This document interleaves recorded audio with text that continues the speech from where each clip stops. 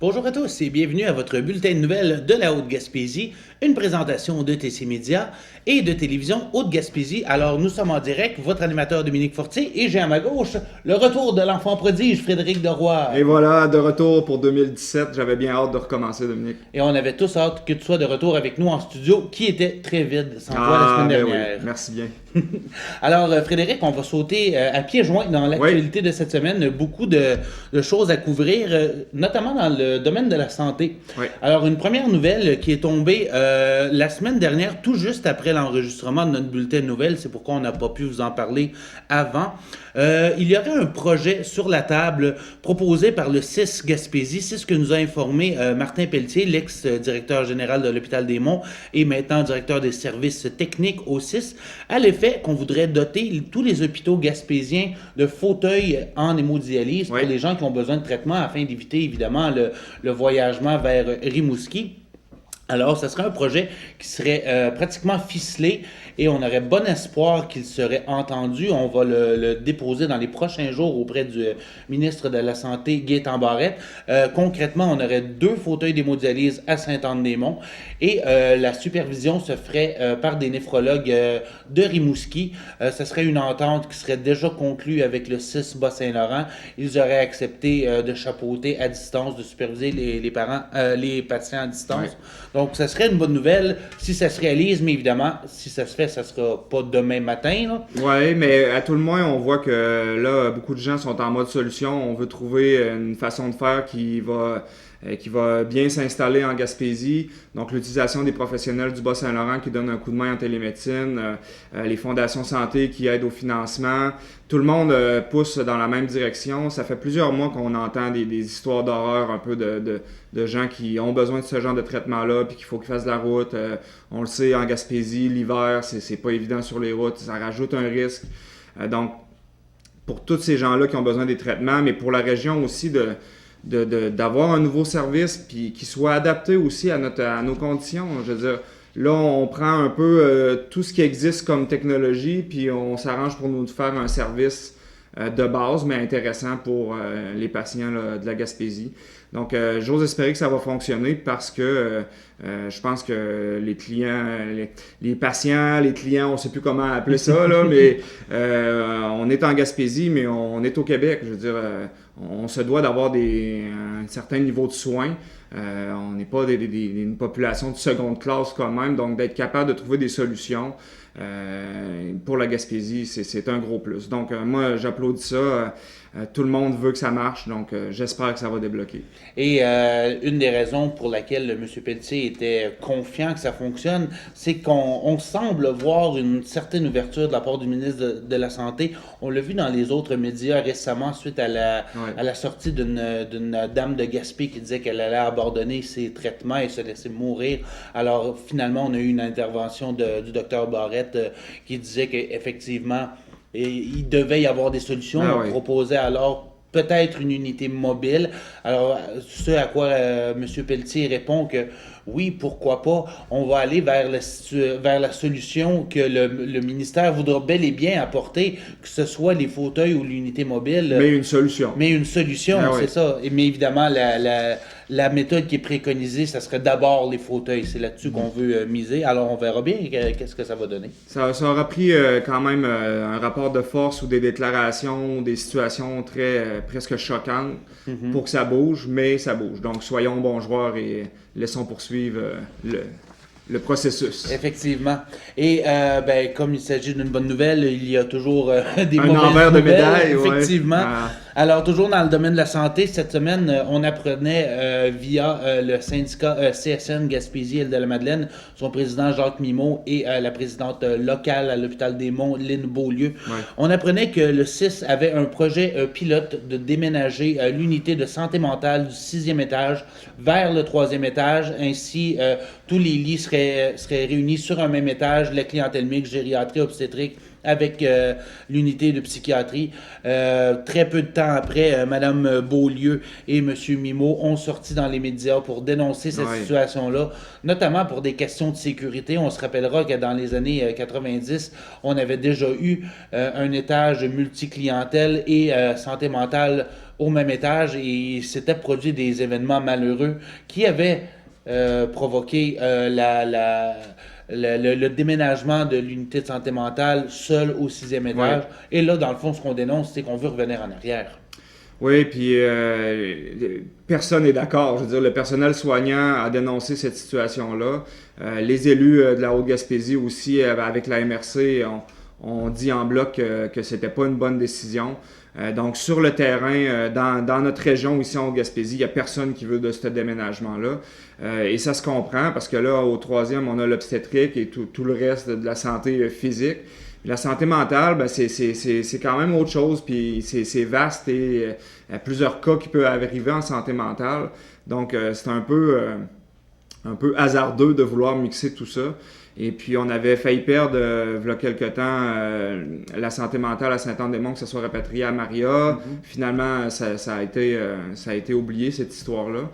Mais là, on revient en arrière. Là, puis, quelqu'un, mettons une femme qui va accoucher, savoir qu'elle est sur le même étage que la santé mentale. Tu sais, je veux pas, on ira pas c'est pas nécessairement du monde dangereux, mais ça peut quand même laisser une espèce de crainte ou de doute. Et à l'inverse, ceux qui des fois ont besoin de soins en santé mentale et comme c'est tabou, c'est comme un peu gênant ou ça pourrait freiner même des gens qui auraient besoin d'aide en santé mentale à se rendre à l'hôpital puis à accepter d'aller prendre des soins parce qu'ils vont être plus dans la population générale. Mm-hmm. Ils vont pouvoir se faire dire « Qu'est-ce que tu fais ici? » Toi, tu sais, ils veulent pas nécessairement se faire reconnaître parce qu'ils...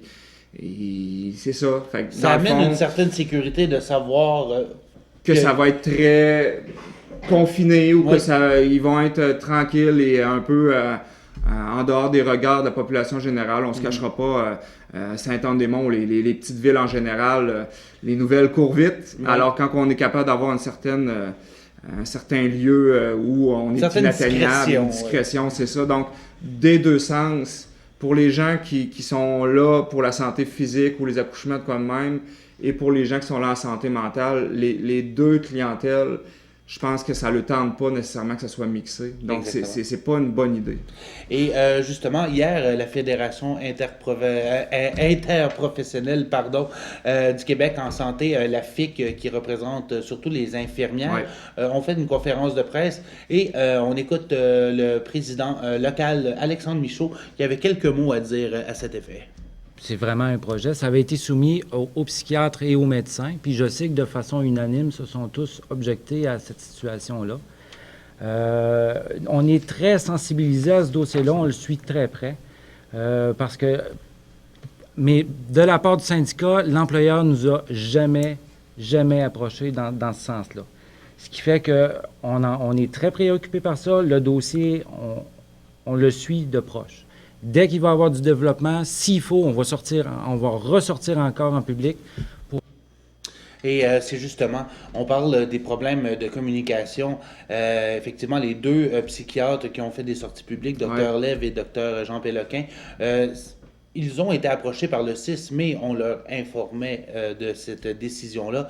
Et récemment, j'ai parlé avec la responsable aux communications au 6 Gaspésie, Mme Geneviève Cloutier, qui disait ne pas vouloir, que le 6 ne voulait pas donner d'entrevue pour l'instant, puisqu'on voulait finir d'informer les gens sur le terrain du projet.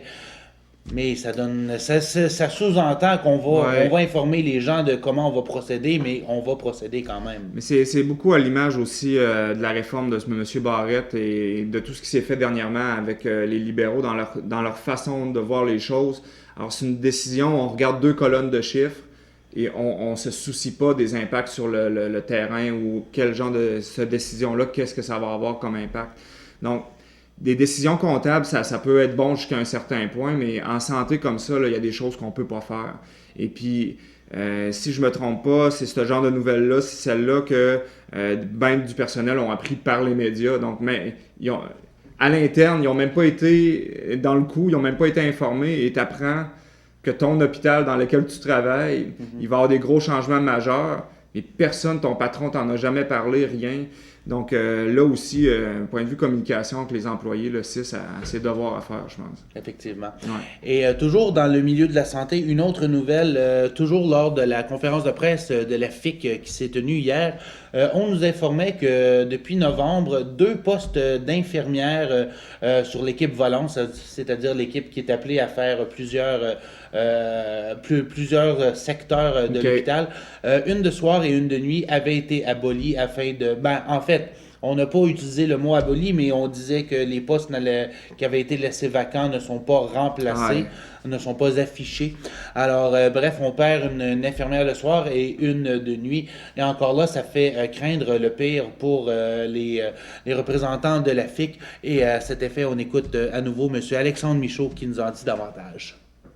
Ainsi, l'employeur annonçait le retrait d'une infirmière équipe volante sur le quart de travail de soir et une autre sur le quart de travail de nuit. Ce qu'il faut savoir, c'est que ces 2 infirmières de l'équipe volante travaillent pratiquement en permanence sur cette unité, même si elles ne détiennent pas de poste. Elles remplissent ainsi les fonctions qui, depuis 2 semaines, les autres personnes de cette unité doivent pallier.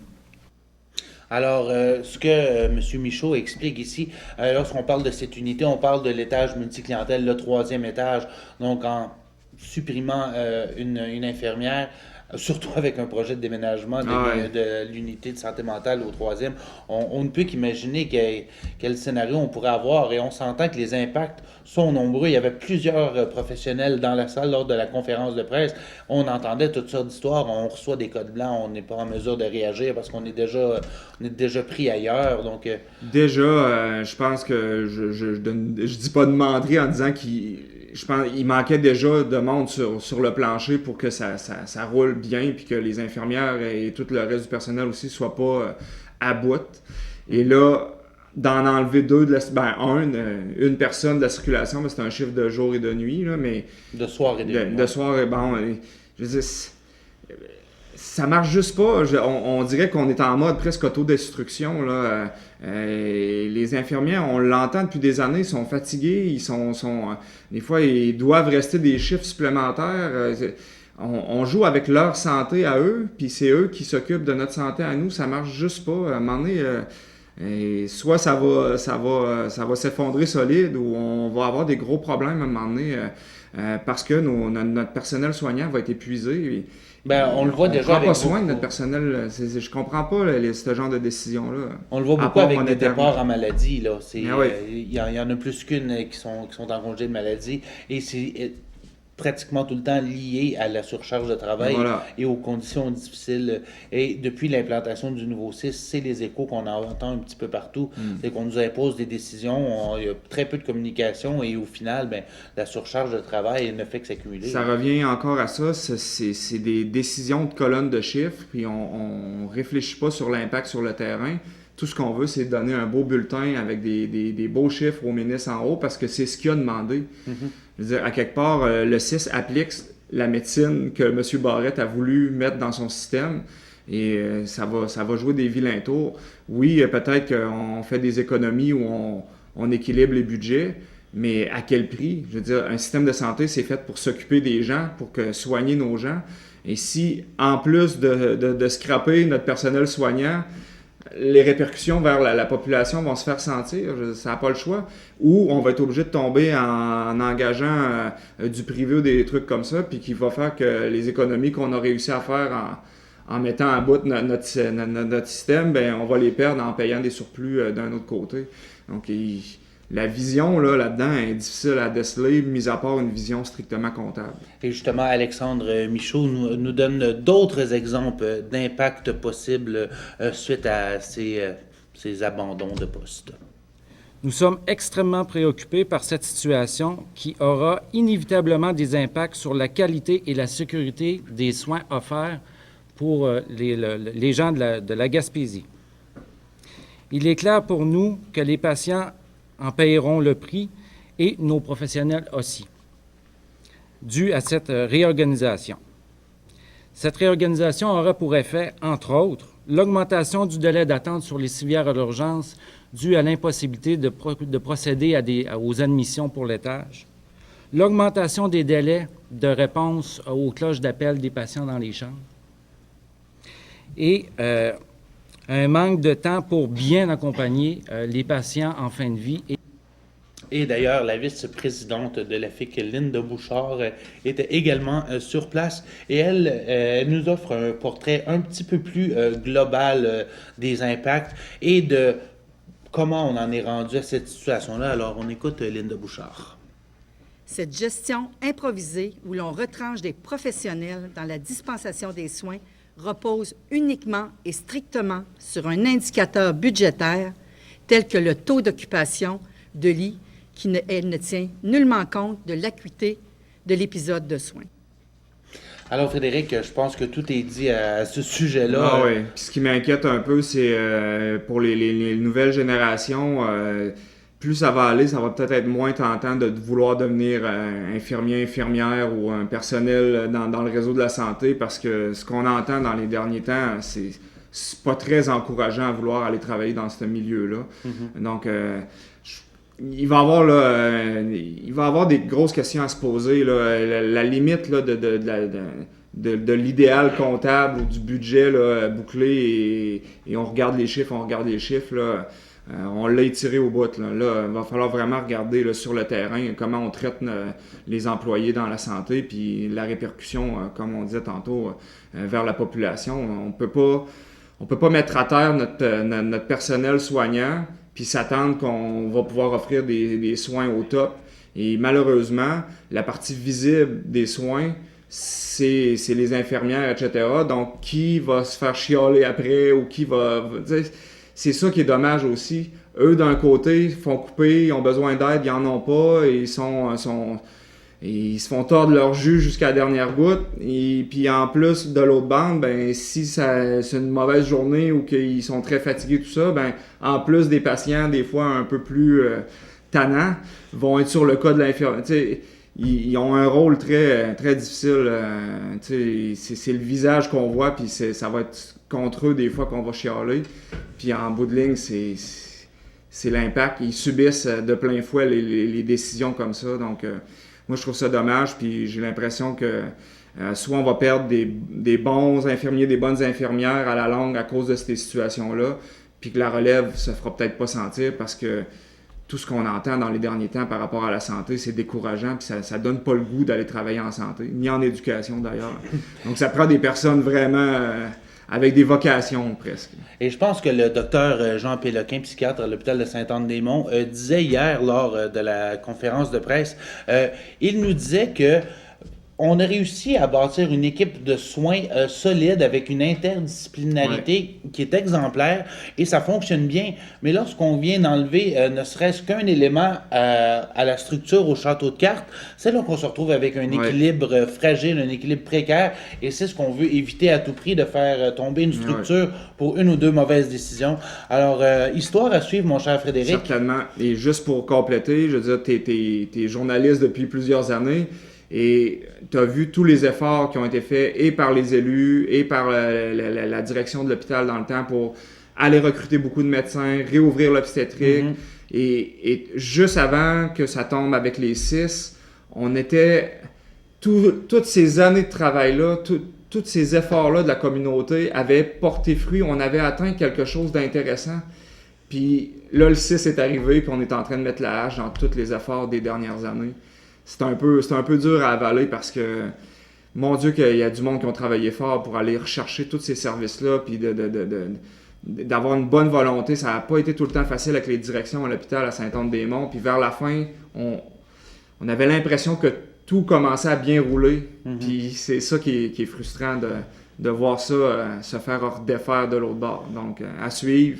Soyons positifs, mais disons que c'est un peu frustrant de voir autant de travail de la communauté, puis de se faire dire par ailleurs, là, du 6 à quelque part là-bas, là, que non, notre hôpital, c'est le même, il faut que ça marche. C'est un peu frustrant. Alors, on va voir ce qui va se passer dans les prochaines semaines dans ces dossiers-là. Nous vous tiendrons informés. Et sur ce, on prend une courte pause et on vous revient dans quelques instants. Moi, ce qui me transporte avec la régime, c'est que je suis en sécurité. Chauffeur. À la maison. Moi, ce qui me transporte avec la régime, c'est que je peux prendre du temps pour moi et mes amis.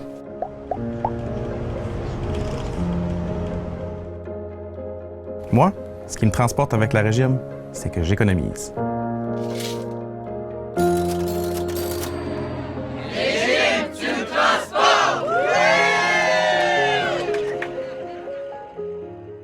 Alors, nous sommes de retour à votre bulletin de nouvelles de la Haute-Gaspésie. Frédéric? Oui. Je sais pas si tu es un amateur de motoneige. J'aime voir ça. Là. Je trouve que c'est des belles machines, mais j'ai pas l'intérêt ni l'argent pour faire de la motoneige.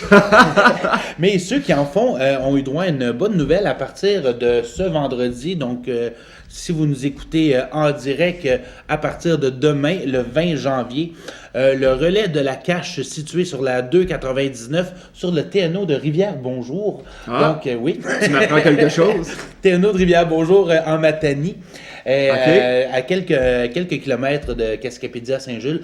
Le relais de la cache qui est très connu, il était fermé depuis le début de l'hiver. Alors, grâce à des efforts concertés, surtout de la SADC de la Haute-Gaspésie et son directeur général Richard Marin, on a décidé de réouvrir les pompes à essence exclusivement.